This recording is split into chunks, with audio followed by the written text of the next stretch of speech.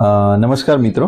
તો આજે આપણી સાથે છે એક આપણા મિત્ર અને એમના ભાઈ કે જે અમારી પાસે 1 મહિના પહેલા સારવાર માટે આવેલા. તો એમની શું તકલીફ હતી અને શું હતું એના વિશે એમના ભાઈ સાથે ચર્ચા કરીશું. તો જણાવો કે દર્દીને શું તકલીફ હતી અને કેવી પરિસ્થિતિમાં હતા તમે? મારા ભાઈને સખત 3 મહિનાથી પેટમાં દુખાવો થતો હતો. 2-3 દવાખાને બતાવ્યું, પછી અમને ભૂત સાહેબનું સરનામું મળ્યું. દુખાવા સાથે બીજી શું તકલીફ હતી?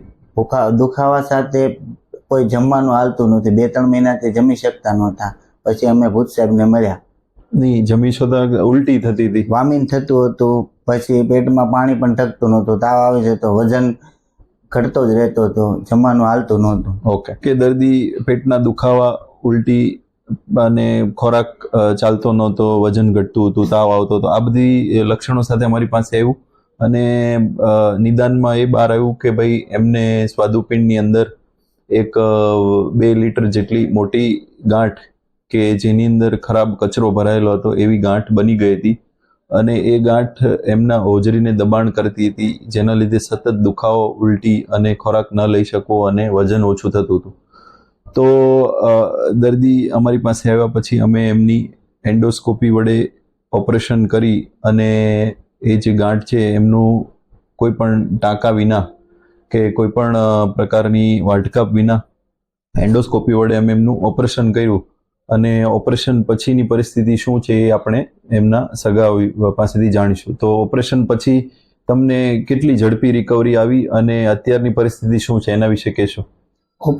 ઓપરેશન કર્યા પછી બીજા દિવસેથી જમવાનું શરૂ કરી દીધું હતું. આ સતત આ મહિનો દિવસ જેવું થયું છે. અત્યારે કોઈ જાતની તકલીફ છે નહીં. 1 દિવસ 2 દિવસ થોડીક તકલીફ રહી હતી, પછી કોઈ જાતની તકલીફ છે નહીં. અત્યારે જમવાનું પૂરું લે છે અને સ્વસ્થ રહે છે.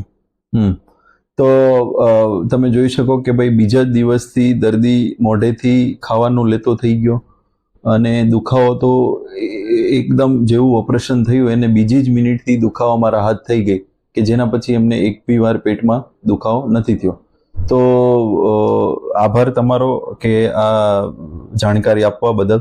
અને મિત્રો તમને પણ ખાસ કે જે પણ પ્રકારે કોઈ પણ પેટની રિલેટેડ બીમારી હોય, જેમ કે લીવર છે, સ્વાદુપિંડ છે, આંતરડા છે, અને એની સારવાર માટે અને નિદાન માટે અહીં લેટેસ્ટ ટેકનોલોજીવાળા આધુનિક દૂરબીન અને એન્ડોસ્કોપી સુવિધા વગેરે ઉપલબ્ધ છે. આભાર.